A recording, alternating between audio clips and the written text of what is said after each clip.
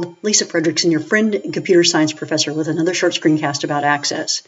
And if you've been watching my relationships playlist or have a successful relational database of your own, you know that the key to a successful application is the one-to-many relationships between the tables, because that helps you minimize redundant data, which in turn improves the productivity and integrity of your data. And that's why relational databases are a fantastic way to manage data.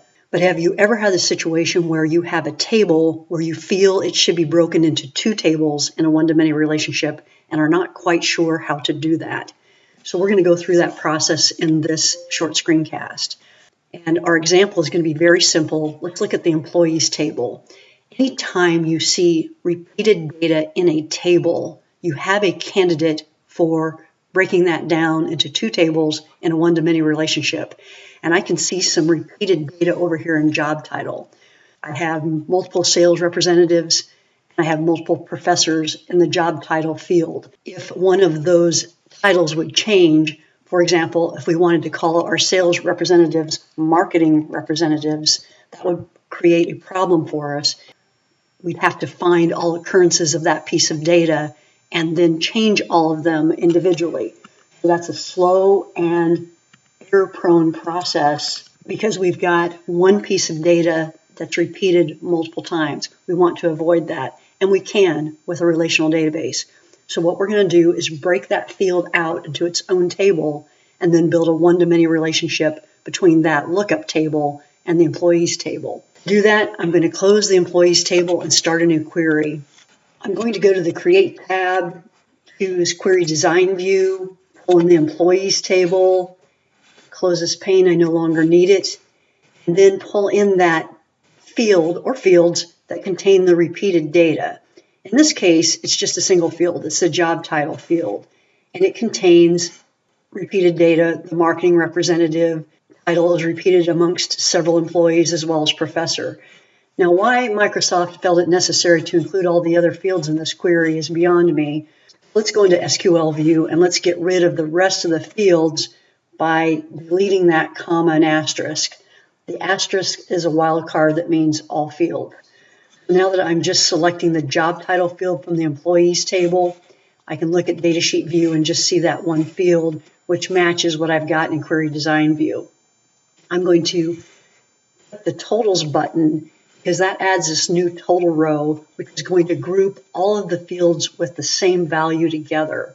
And let's look at that data sheet, and that gives us our 6 unique job titles, and that's what I want. So back to Design View, I'm going to now create a Make Table query and create a table called Job Titles and put it in this database and run that query and paste those 6 unique job titles into this new table and say yes. And now I can close this query and not save it because I don't need it for anything else. If I look at my tables now, I've got my job titles table with those 6 unique entries, and that's what I want. This is going to be my parent table. This is going to be my one table because one record can be related to many records in the employees table. In other words, one job title, marketing representative, can be associated with many employees in the employees table.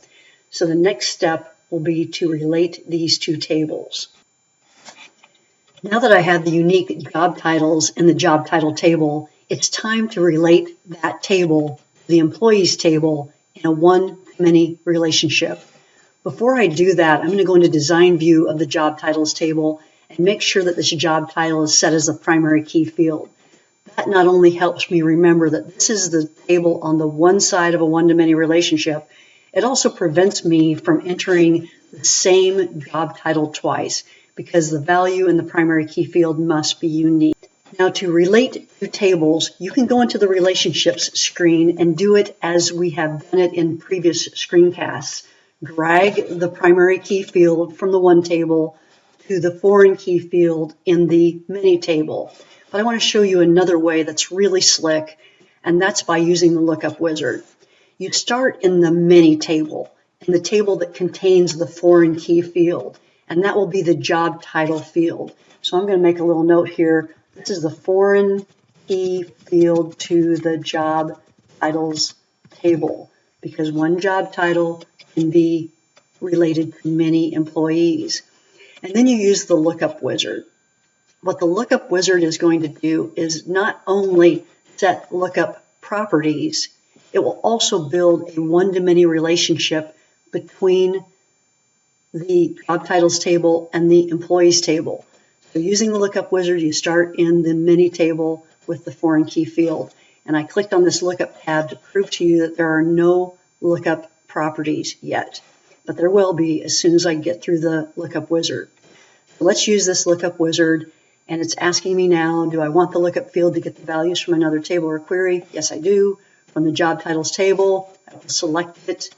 Which fields do you want in your drop-down list in your combo box? I want the job title field. Do you want that to be in ascending order? Yes. And then you can change the width of that drop-down list here in the Lookup Wizard. I'm going to widen it just a bit to see all the values. Next, do you want to enable data integrity? This is really asking you, do you want to set referential integrity on that relationship? And yes, you do. I'm going to go ahead and click Enable Data Integrity and Finish and save the table. And notice all of these lookup properties have been filled in. Now I could do this manually as well, but it was nice to use the Lookup Wizard to do that.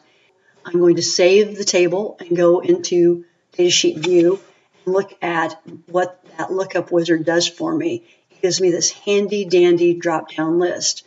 So if this professor changes into a marketing representative, no problem. I've got the choice right there. It's fast, it's easy, it's accurate, which is all wonderful. And that's because I now have a one-to-many relationship between the job titles table and the employees table. I'm going to save and close the employees table and look at the relationship screen to prove that. And this is what the Lookup Wizard also created. Not only did it put lookup properties on the job title field, it created this one-to-many relationship with referential integrity enforced. I can see that both in the relationships dialog box as well as because of the 1 and infinity symbols on the relationship. So that's all wonderful. So now you have taken the employee's job title field where you saw many redundant options, and you've changed it not only into a lookup field with a combo box option, but you've also prevented data entry errors and made it faster for the data entry person to enter job titles. If you entered a new job title in the job titles table, let's call this office manager, and save and close, now when you go into the employees table or through any form that uses employees table, you're going to see that new entry available to you for data entry purposes. So in summary, if you see fields in a table that contain redundant data and they've all been entered, you've got a good candidate on your hands for a lookup table using the Lookup Wizard to create a drop-down list and a relationship to that new table with the unique correct values for that field. Thank you.